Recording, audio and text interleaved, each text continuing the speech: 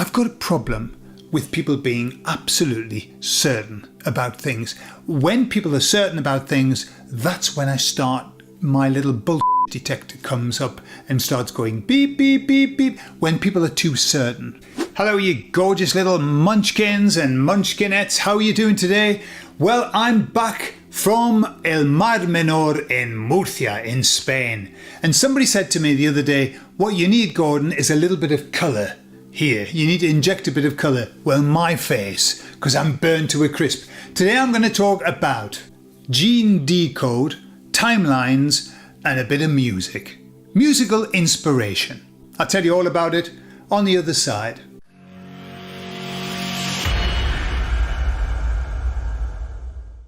So as you were probably aware, or not, the emissaries have talked a lot about timelines, a lot about timeline shifts and splits and all kinds of stuff like that.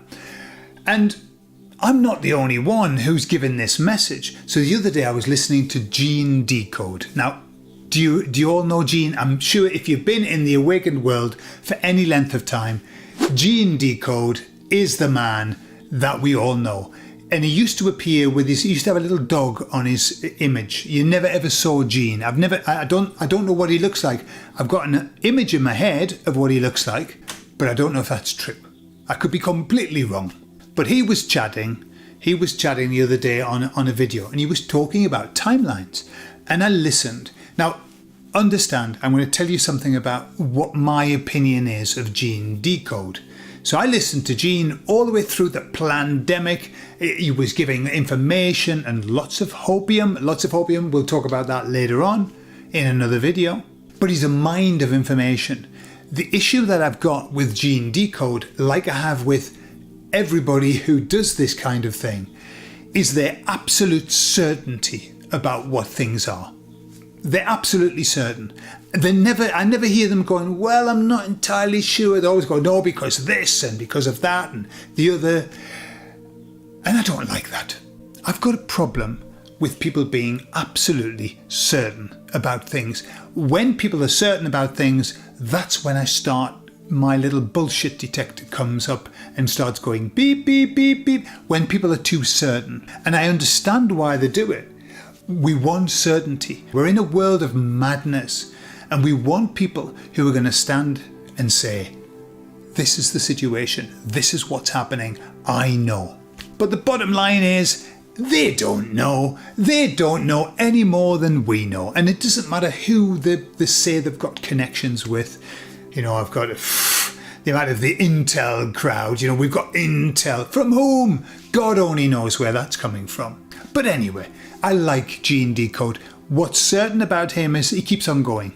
He's not a flash in the pan, you know, and I believe he's a very spiritual man, and he's very, very religious, and he's got a lot of faith, and I admire him. I like Gene Decode. I just wish that he wouldn't be so certain, because if I went back, I could find all the things he was certain about.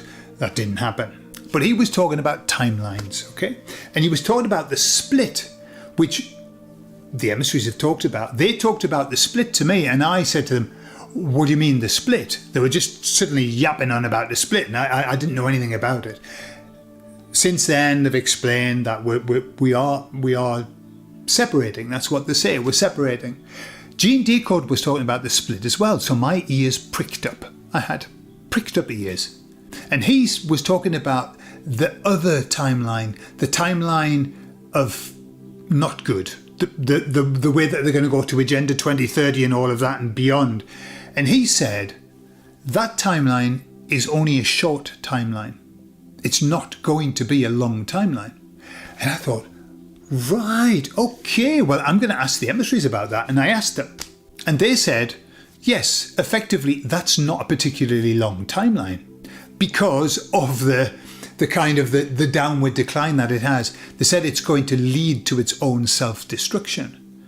And so it is a short one, unlike the timeline that we, hopefully, are heading on, which is a timeline they said is a much longer timeline, and it's made up of many different timelines. As we progress along this timeline, then they said that it's going to shift and it's going to improve. And I said, so will we see it? And they said, no, you won't.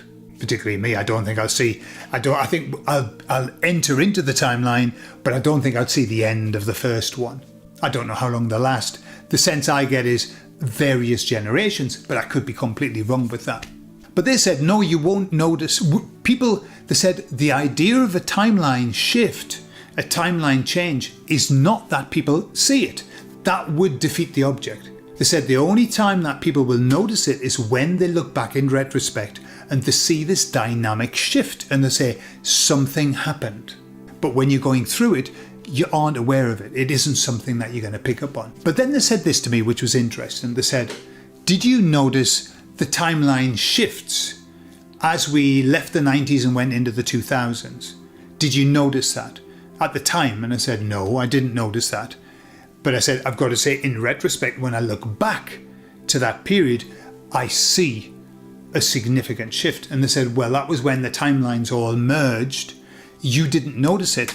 And they said they merged and we entered into the end of days timeline, which is what we're on. We are on the end of days timeline. How lovely to know that.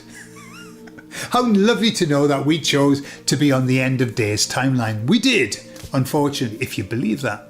But no, I didn't notice it. But what I said to them was, what I did notice is that before that, in the 60s, the 50s, the 60s, the 70s, the 80s, the 90s, everything was very clear. Fashion was very clear. Every decade had its own fashion. Every decade had its own style of music. Every decade had its fads, had its what was popular. You know, in what decade did the slinky first emerge? Was it in the 70s? I think maybe the 70s or the 80s. In what decade did the clackers, I don't know whether you had those in the US, the clackers, they were in the 70s, weren't they? I remember at school everybody had clackers. And so all of these periods of time had something very distinct, especially music and fashion, what people wore. And then we hit the 2000s and everything went to shit. You ask somebody, ask just a general person, how would you define the music of the 2010s, 2020s? How would you, other than shit? AI generated shit. But how would you define it? Well, there isn't anything that we can define. And the emissary said it's because all the timelines merged and we got what we would call a hodgepodge, just a murky mix of everything together. And that's why it's not distinct. But they said you didn't notice when it was happening. It's only when you look back that you see it. They said the same will occur when the timelines shift. People will only see it in retrospect. And so here we are, all of us, our best avatar, the best version of ourselves, stolen perhaps from another timeline, hence the Mandela Effect, all these memories of something that was a little bit different, all coming together on one timeline for the end of days. How exciting. And then when the end of days finishes, which it's coming to an end, we're splitting off and heading off to a long timeline of beauty and wonder and gorgeousness. And the others are heading off to a short timeline of shithouse emotions and not good things. There, but for the grace of God, go I. And so that brings me on to music. And I wanted to just talk to you about something that I'm aware of. So in the last sort of 10, 15 years, I've been working on developing music, creating my music, all the music I've written over the years, and I've written a lot of music. Music's been a big theme for me all of my life. I used to busk. When I was in my 20s, I would busk in the high street and make my money from my beer money for the weekend. I loved music. I've been in bands and all kinds of stuff. I love singing. And so I've been working on being able to produce my own music, basically. Not an easy path. It's not an easy path. But what I'm aware of is this. Sometimes, not very often, but sometimes, a song comes to me that is not mine. How can I explain it? Music comes to me, the inspiration to do a song comes to me, and it comes to me in an unlikely moment. For example, there's a song that I wrote called Footsteps. And the idea of the song is that it's the footsteps of God or your guardian angel or your higher self, it really doesn't matter, that walks alongside you and is there and holds your hand and helps you. but you don't always realise that, and sometimes you feel forlorn, you feel forsaken. The inspiration for that song came whilst I was walking with the dogs, walking up a hill, and it just went, boom, do a song about feeling forsaken even though we've got all of the help that we need. That evening I wrote the song, just picked my guitar up and I just started, and the words came and the music came. I produced the song, and it just, like, normally, understand, I'm learning and I battle with songs. I battle with them. Sometimes they come out all right. Sometimes I'm thinking, oh my God, this one just went vroom. And within 48 hours, I had this song. And I thought, I really like this song. That song was given to me. That's the idea that I get. It wasn't, obviously, I asked the emissaries about this and they said, yes, these things come as inspiration. They said, you've got to have the skill, obviously, you need the skills, you need the music skills, etc. But the music is channeled through you. And so I'll just let you hear a snippet of that song. So why do we feel mistaken sometimes? Why do we feel forsaken sometimes?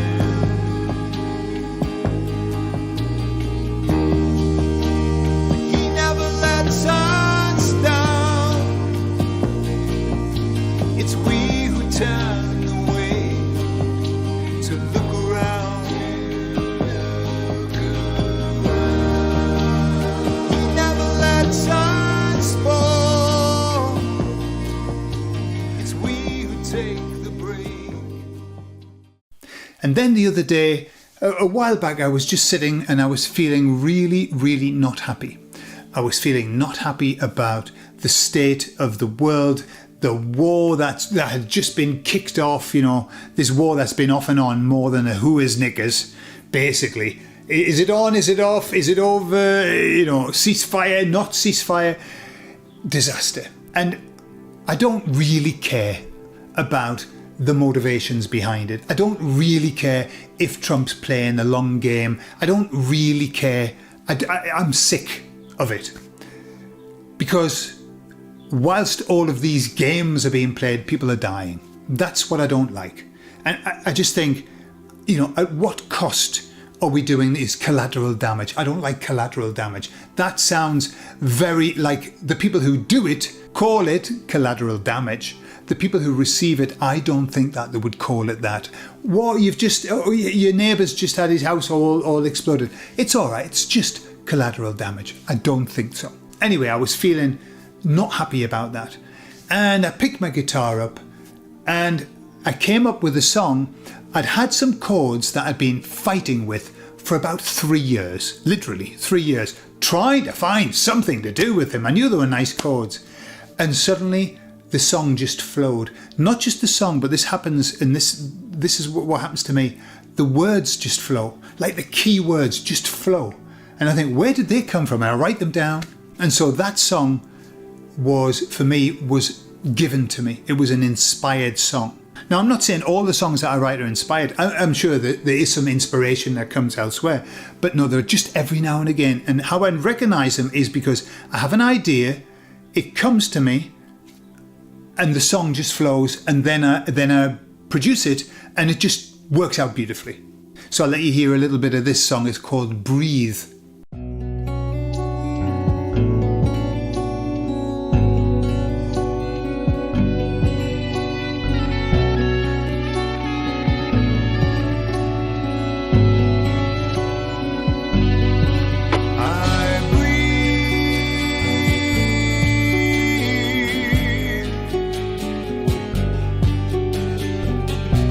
I breathe the same air that you breathe. You breathe.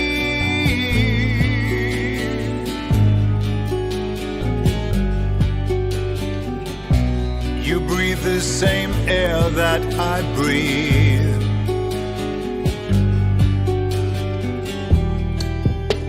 We share the same place.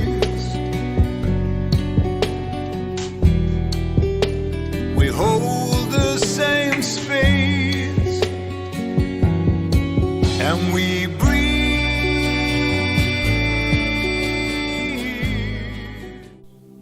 And then the last song, my auntie, my beautiful auntie, she passed away recently, and it was because of that.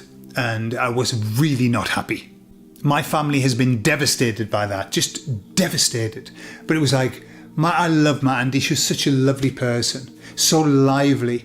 And one of the things that she used to say to me when I would get upset is she would say, rise above it, Gordon, rise above it. And as I was thinking about stuff and not being happy about stuff, I heard her voice saying, rise above it, Gordon. I thought, that's a song. That's a chorus. And I picked my guitar up, and sure enough, the song just flowed. It just flowed out. And again, these songs, when they flow out, these ones that happen really quickly, I like them as well. I think, yeah, I like that song. And so that song was dedicated to my auntie, but I just get the sense that it was given to me. It was dedicated to me to help me to remember to rise above it. So I'll leave you that.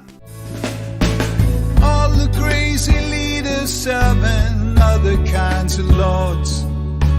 Time has come to close down each and every door. Dealing under tables while they're smiling to our face. It's getting kinda crazy. It's time to make some space and rise above it. With power in our hands and rise above it. We'll do all that we can and rise above it, so that they might understand. Just know this is our world. And the last two songs are not out yet. They're going to come out on my next album anyway. So I'll share that with you when it's done. So there you have it. Do you feel inspired? What do you create that you truly feel is inspired by something outside of you? Any creation at all. What is it? Put in the comments what it is, or a specific event where you just felt that you were guided to create something and it wasn't of your doing. I'd be really interested to hear that. I love you all, and I'll speak to you all later. Bye bye.